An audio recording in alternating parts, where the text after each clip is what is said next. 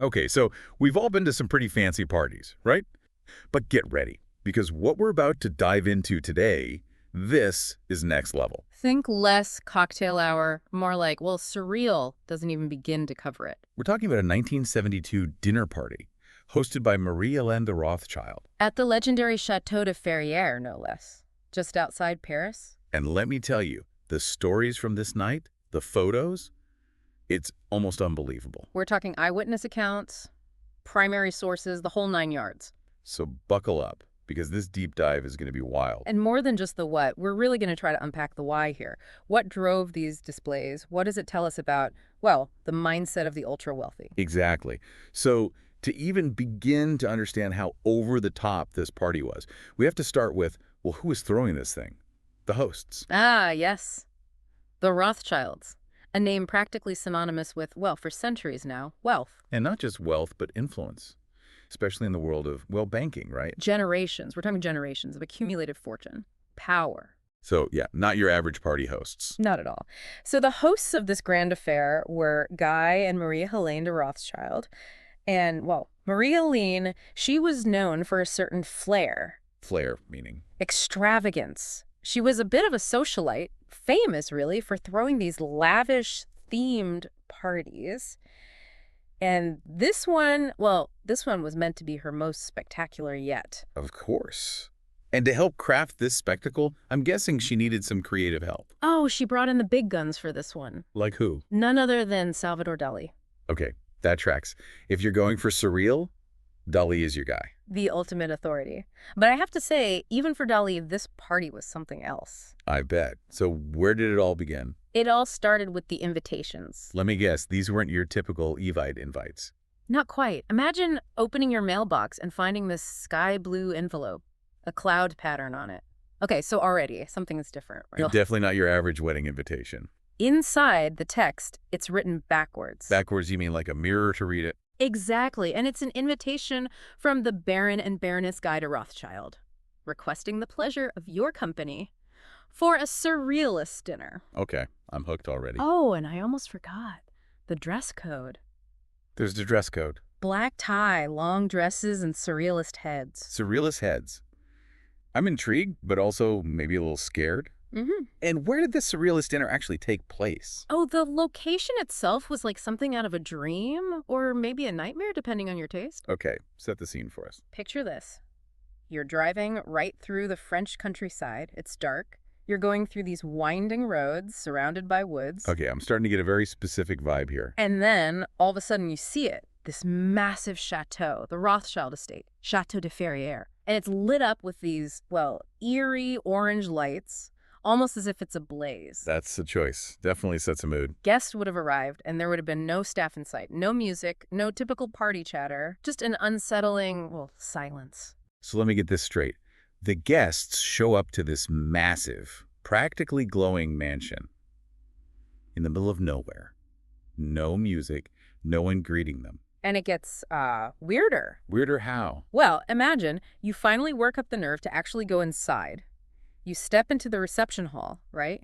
Pitch black. You can barely see your hand in front of your face. Okay, yeah, that's not creepy at all. And the only way to navigate this, the sea of darkness, are these black ribbons strung across the space at about waist height. You have to follow them, basically, to find your way. Okay, now this is straight out of a horror movie.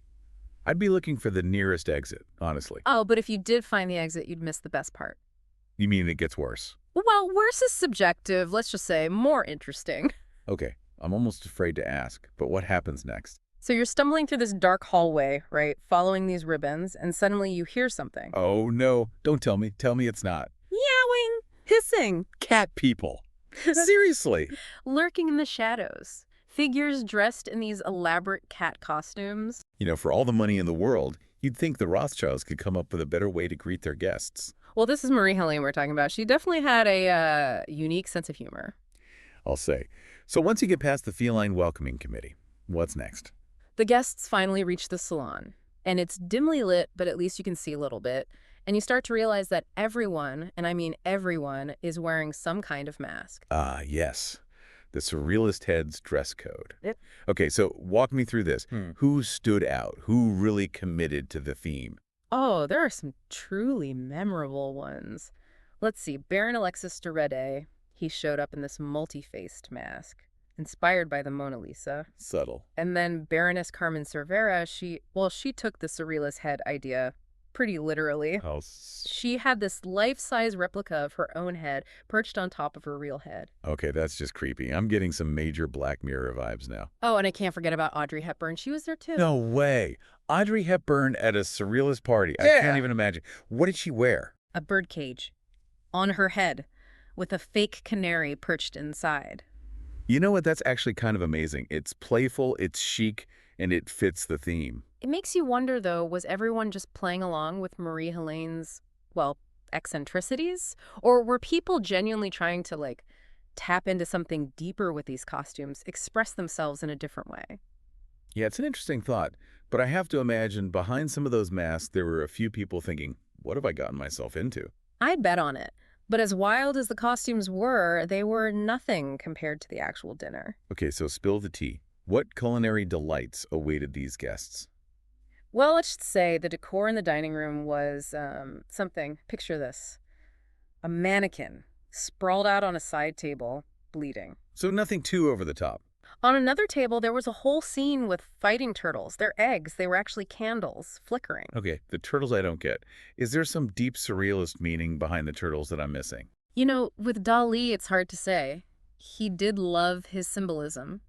And turtles were a recurring motif in his work.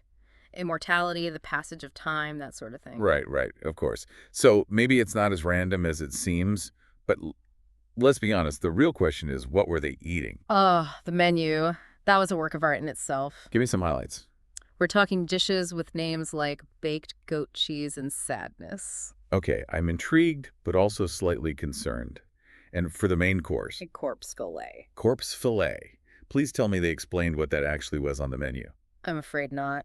I can only hope it was a delicious cut of beef with a unfortunate name. Well, hey, at least they were committed to the theme, right? That's one way to put it. But speaking of the theme, where was the mastermind behind all of this? Where was Salvador Dali while everyone was trying to stomach their corpse fillet? So Dali, he's not exactly known for his subtlety. What did he have up his sleeve? Dali, he actually skipped the main meal. Oh, why? What was more important than a corpse fillet? He had something else planned. A big reveal. Okay, now you've got my attention. Imagine, Dali is seated on this unusual sofa shaped like a pair of lips. Very on brand. Of course, a lip sofa? What else? And suddenly he stands up and, well, he bellows, "Admire Mae West." Mae West, as in the actress Mae West. Was she there, hiding under a particularly convincing mask? Not quite. At first, the guests were confused. They're looking around like, what are we admiring? I can only imagine. But then people started to notice it. The way certain paintings were hung, the furniture. It was also strategically placed. Okay, you're killing me. What was it? When you stood in a particular spot, it all came together. The whole room, it was like it transformed into this giant portrait Of Mae West. of Mae West. Yeah. Dali had orchestrated this incredible interactive art installation, using the whole room as his canvas. Wow, that's genius. Taking a surrealist dinner party and turning it into a massive work of art itself. It was brilliant, really captured the essence of surrealism, you know, this blurring of reality and fantasy, challenging people's perception. And you know what this reminds me of? This whole party, it's like something out of Eyes Wide Shut. Wasn't that film inspired by this party? There's definitely a connection. Rumor has it that Kubrick, he was fascinated by the Rothschild party. This whole world of wealth, power, hidden desires. It's all there in the movie, right? The masks, the secrecy, the unsettling atmosphere. And there's actually a direct link. The model, Marisa Berenson, who was in Barry Lyndon, she was a guest at the Rothschild dinner. Get out of here. You're kidding? Nope. And supposedly she actually talked to Kubrick about the party, maybe even inspired some of the scenes in Eyes Wide Shut. I love it. The plot thickens. But we've talked a lot about the guests, the costumes, even Dali. But what about Marie Elaine, the host herself? What do you think drove her to create something so, well, extravagant? That's the million-dollar question, isn't it? And honestly, I don't know if there's an easy answer. But it does make you think, what happens when money is no object?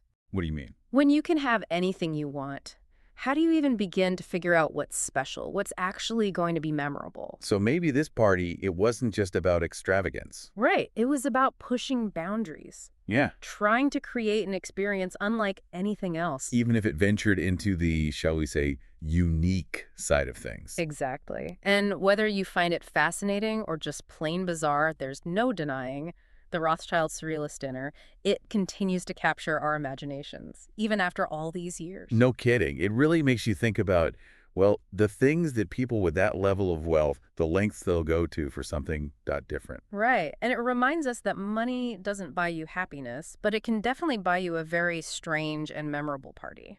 And on that note, I think we'll leave our listeners to ponder the mysteries of the Rothschild Surrealist Dinner. What a wild ride. Until next time. This has been The Deep Dive. We'll catch you on the next one.